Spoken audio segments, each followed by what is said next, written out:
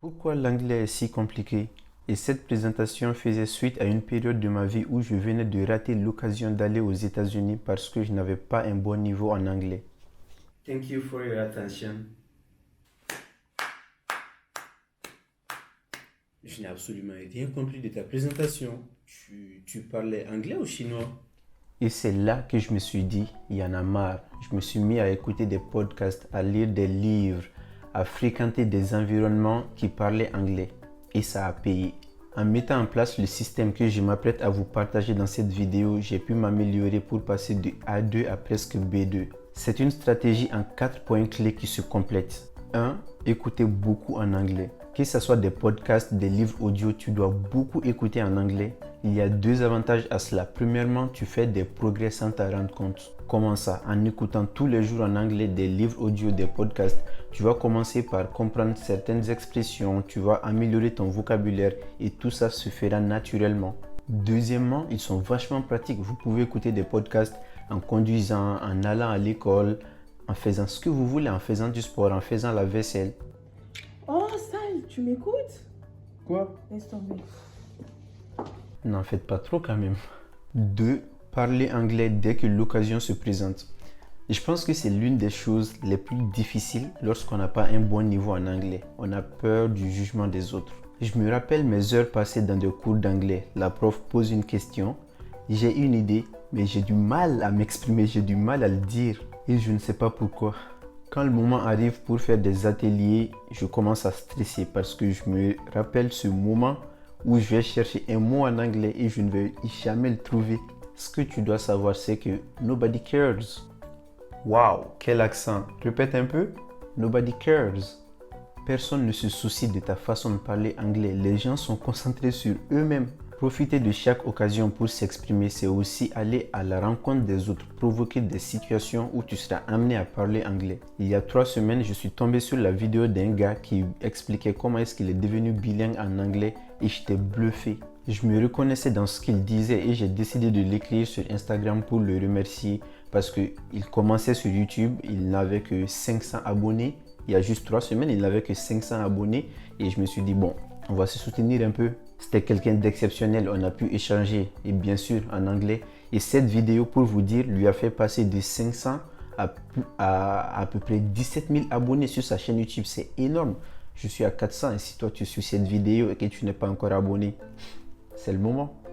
Donc n'hésitez pas à créer des situations où vous pouvez parler anglais. C'est par la pratique que vous allez vous améliorer, que moi-même je vais m'améliorer. Donc n'oubliez pas, practice makes perfect. 3. Utilisez une application comme Grammar by British Council. Cette suite d'applications figure parmi les meilleures pour apprendre l'anglais ou du moins consolider certaines bases. Une démo vaut mieux que 1000 mots. Voici ce que ça donne en pratique. Ok, here we go. Ici, on a la suite des applications que propose British Council. Là, je vous ai parlé de Grammar, mais il n'y a pas que Grammar. Cette suite, c'est vraiment pour ceux qui veulent renforcer leurs connaissances en anglais. Voilà, c'est la solution idéale selon moi. L'application Grammar ici propose une gamme complète de leçons de grammaire en anglais. Ici, on a pour ceux qui veulent pratiquer dans un premier temps. Et aussi, vous avez la partie test. Si tu veux faire un petit test, il y a des petits exercices. Donc, comme je vous l'ai dit, c'est en plusieurs niveaux. On a pour les débutants, pour le niveau intermédiaire, pour le niveau avancé aussi. Voilà, par exemple, le niveau intermédiaire. Là, vous avez plein de thématiques, si on peut le dire comme ça. Simple past, question tags. Par exemple, dans question tags, ok, it's cold today, isn't it? C'est, voilà, comment dire n'est-ce pas en anglais. Donc, on te met dans plein de situations et voilà, si tu réponds au premier, vas-y, c'est le deuxième. Ça, je l'ai déjà fait, mais voilà, vous m'aurez compris. Ok, ça c'est Grammar. Vous avez d'autres applications pour améliorer votre prononciation. Vous pouvez utiliser English Videos. 4. S'entraîner avec un livre de tests. TOEIC, TOEFL, ce que vous voulez. Je pense que c'est l'un des moyens les plus efficaces pour en même temps améliorer son niveau d'anglais et se préparer pour les tests. Si tu es étudiant, tu en trouveras forcément dans la bibliothèque de ton école. Comment j'utilise les livres TOEIC alors? 20 minutes par jour, pas plus. La plupart des livres de test ont des fiches thématiques. Allons-y sur l'iPad pour y voir plus clair. Ok, ici on est sur l'écran de l'iPad. Donc le livre dont je parlais, c'était Booster votre score au TOEIC.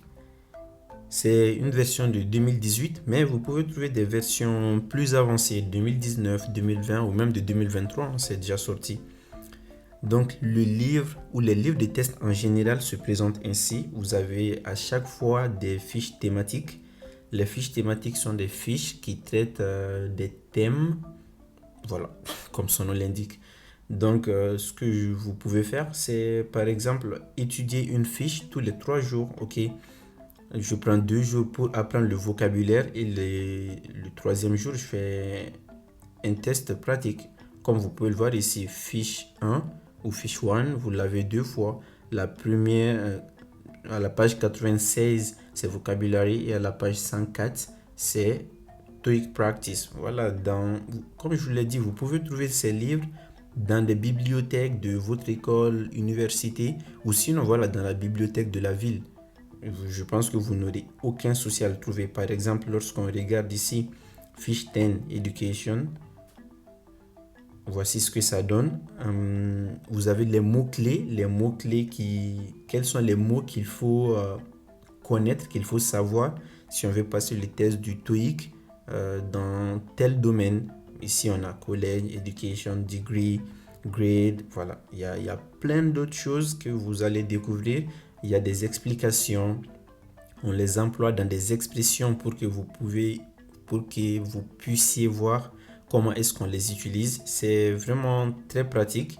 Et ce que je voudrais ajouter ici, c'est que si vous voulez avoir la version numérique comme moi je l'ai ici, la démarche est expliquée dans le début de chaque livre de TOEIC. Voilà, si vous avez un livre de TOEIC, au début, on t'explique comment tu peux faire pour avoir la version numérique. Et c'est très pratique parce que tu as les audios directement ici. Du coup, tu peux mettre l'audio et faire les exercices. Je vais voir si ça marche. Je me tais et je mets l'audio. Education. Listening section. Part 1. Voilà, je ne sais pas si ça a marché, mais voilà, on verra lors du montage et vous le verrez directement. Voilà, tu peux écouter l'audio et en même temps essayer de répondre aux questions. Je coche ici CB. Ce n'est pas forcément ça parce que je n'ai pas écouté, mais voilà, vous m'aurez compris. C'est comme ça que ça se présente. Et après les fiches thématiques viennent les exemples.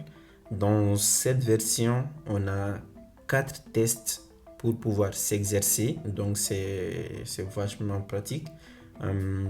Vous avez des tests et juste après, il y a les réponses. Et juste après, il y a des explications sur les questions qui sont susceptibles de venir plusieurs fois et comment est-ce qu'il faut s'y prendre pour répondre à ces questions-là.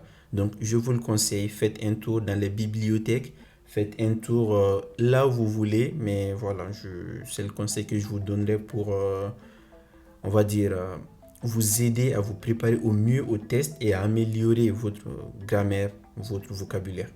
Et si vous n'arrivez vraiment pas à en trouver, laissez-moi un message dans les commentaires, j'essaierai de voir de mon côté aussi si je peux avoir une version PDF pour voilà, ceux qui n'ont pas la chance de l'avoir.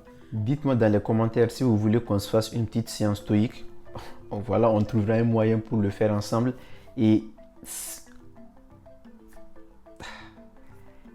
l'anglais peut être un obstacle. Ça l'a été pour moi, ça l'est toujours. Je vous encourage à vous entraîner, à suivre des vidéos beaucoup plus poussées que la mienne si vous voulez, mais à prendre l'anglais au sérieux. Les obstacles, nous allons en rencontrer sur notre chemin tout le temps. J'ai fait une vidéo à ce sujet, l'obstacle et le chemin, inspiré du livre de Ryan Holiday que je t'invite à regarder juste après cette vidéo. Et du fond du cœur, surtout, reste focus.